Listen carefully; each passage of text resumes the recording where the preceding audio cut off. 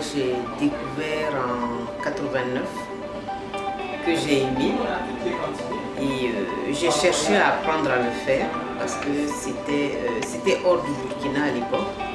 Et dès que je suis rentrée au pays, j'ai essayé de prendre des contacts et de savoir d'abord où je pouvais acheter de la mangue séchée. Et j'ai vu que ce n'était pas disponible dans nos supermarchés. Donc j'ai repris contact jusqu'à trouver où on pouvait avoir de la mangue séchée. Et puis l'idée d'apprendre à le faire de manière domestique aussi m'est apparue. Et c'est ainsi donc que j'ai appris à faire de la mangue séchée. Et c'est pendant la formation que j'ai compris que je pouvais aussi m'installer et commercialiser donc ce produit transformé là.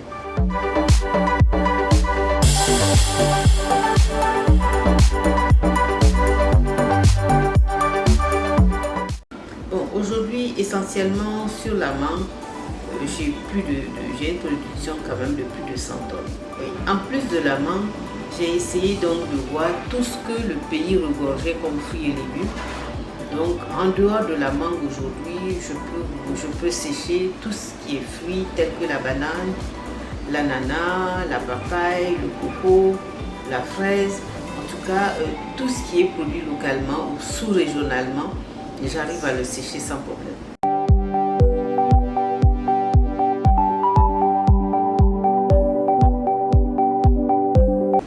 Au début, quand nous on commençait, ce n'était pas, ça n'avait pas un regard positif, même le produit, hein, parce que quand on le déposait en supermarché pour se faire payer après, c'était toute une histoire. Bon, aujourd'hui, il y a quand même un autre regard. Les clients, ils sont à la fois locaux, même si c'est sur de petites quantités, ils sont sous-régionaux aussi, déjà dans des proportions un peu plus importantes, mais ils sont plus à l'international.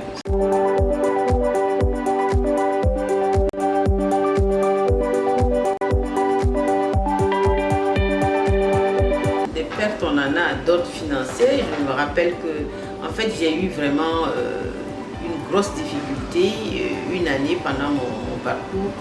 C'était un crédit que j'avais contracté sur une banque de la place et c'était en fait pour mettre en place ma deuxième unité. Et dès que j'ai fini de construire, je n'ai pas pu me dégager de la première échéance, simplement parce que le produit rencontrait des difficultés à la vente. Donc c'est l'année où j'ai fini de construire, où je devais payer ma première échéance, je n'ai pas eu de marché. Donc j'ai produit à perte, je n'ai pas pu vendre. Et ça a été une grosse difficulté que j'ai dû traîner 2 ou 3 ans, avec donc toutes les réalités de la banque et les huissiers pour le recouvrement. Pour moi, je l'ai pris avec philosophie. Et j'ai vu que je n'étais pas la seule. Ça m'a beaucoup encouragée à avoir ces difficultés. C'est la filière elle-même qui avait rencontré des difficultés. Donc pour moi, je me suis dit, ensemble, certainement qu'on va combattre cette difficulté-là. Et je pense que c'est ce qui s'est passé sur 2 ans. En tout cas, la filière s'est bien mobilisée. On a reçu l'appui des projets, on a reçu l'appui de l'État.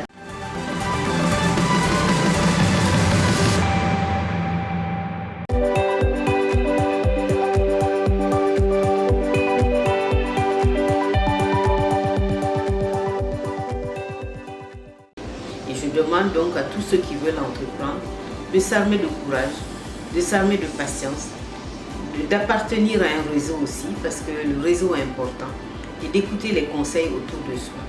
Parce qu'on n'entreprend jamais tout seul dans un domaine, il y a toujours quelqu'un avant vous, et il y aura aussi quelqu'un après vous. Donc allez prendre un peu de conseils chez ceux qui sont déjà dans le métier. D'une manière générale, il faut déjà avoir une idée bien claire de ce que l'on veut faire.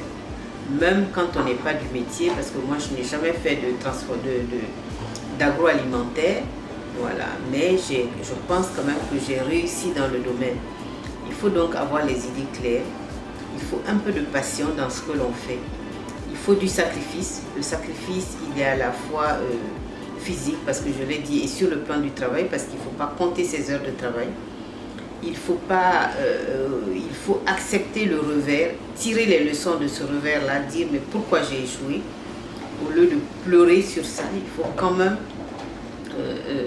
tirer les leçons de son échec, parce que les échecs, il y en a, mais il y a aussi des succès. Et je pense que les deux ont fait que j'ai toujours eu la force de continuer. Comme on dit, on n'invente pas la roue. On a déjà la roue. C'est bien de calquer, de photocopier ça. Mais vous devez aussi avoir votre touche personnelle. Quelque chose qui fait que même si vous avez imité, vous êtes particulière. Et c'est ça que les gens recherchent. Voilà, c'est ça que les gens recherchent. Donc chacun doit pouvoir développer, même en imitant, apporter sa touche personnelle dans ce qu'il fait.